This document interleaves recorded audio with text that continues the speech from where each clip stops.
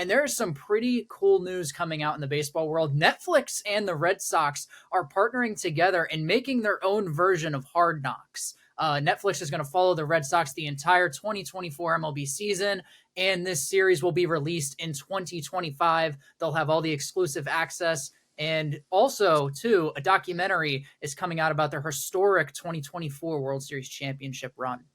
So we're getting two things. I like it, but I don't.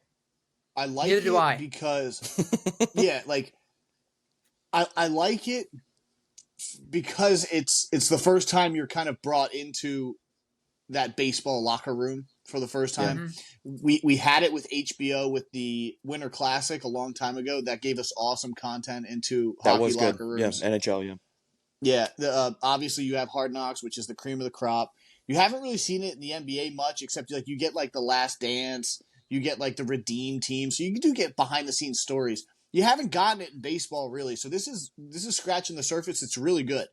Where I have a problem with it is it's a gamble. If the Red Sox go 60-102, which is very possible, I'm not going to watch it. Yeah, they're probably going to be last in the AL East. That is the unfortunate part. You hit the nail on the head. Took the words right out of my mouth. It's going to be so cool to see, but for a bad ball club, just a little better of a ball club. I think that people are going to tune into it because it's something that's not out there, and it's so awesome. And I'm so excited for it. But why the Boston Red Sox? And I'll even give them this, and I'll do this because I feel like they got to have viewers the first season to renew it for a second. So I will watch it. I'll even if I don't like it after first episode or two, I'll watch it because I want to see a season 2 with a different ball club. Yeah, and you know what doesn't make sense? It goes to the same thing we were talking about with Hard Knocks with football, is that I wonder if they were their first choice. Like, did they ask the Dodgers with all that stuff with Ohtani, Yamamoto? Like, that's a story. Yeah. The Yankees are always going to bring in some sort of crowd. You have Judge there. Garrett Cole just won a Cy Young. They're always chasing a ring. Juan Soto's going to be there. And, even the Orioles. Houston. Orioles have a young club. They made Burns. There's exciting stuff happening there. And it just makes you wonder why they chose one of the least talented teams, maybe the least talented team outside the Athletics. All they have is Trevor Story. Even if take the talent out of it, if they were releasing it every 2 weeks during the season, I would be much more engaged. So I hope that this is just the preliminary stuff. But I do think if they were the 7th option because they probably went big city first, and the Dodgers said no, the Yanks, et cetera, and they landed on Boston, I get that. That makes sense. But the timeline of the whole thing to me doesn't make a lot of sense.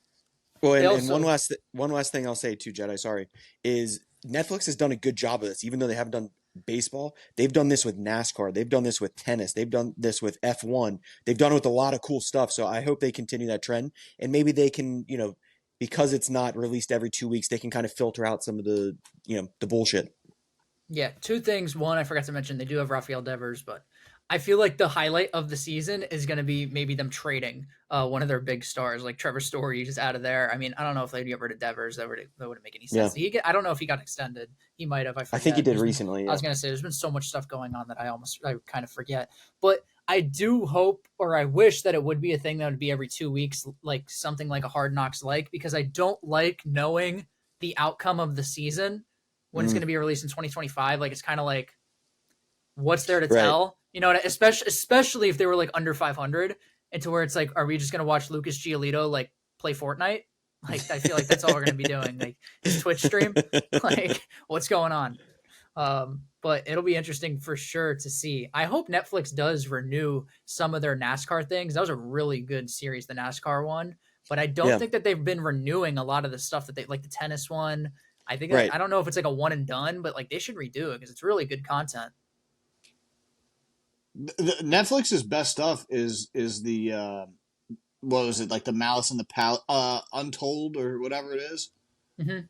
Yeah. Oh yeah, that's right. That was Netflix. That's right. They did a Jake Paul one. Yeah, they did a Jake Paul one. They did one on the New York. They did the New York gangster that bought his son a hockey team, which is the craziest shit I've ever seen in my life. So yeah, I hope to see more of it.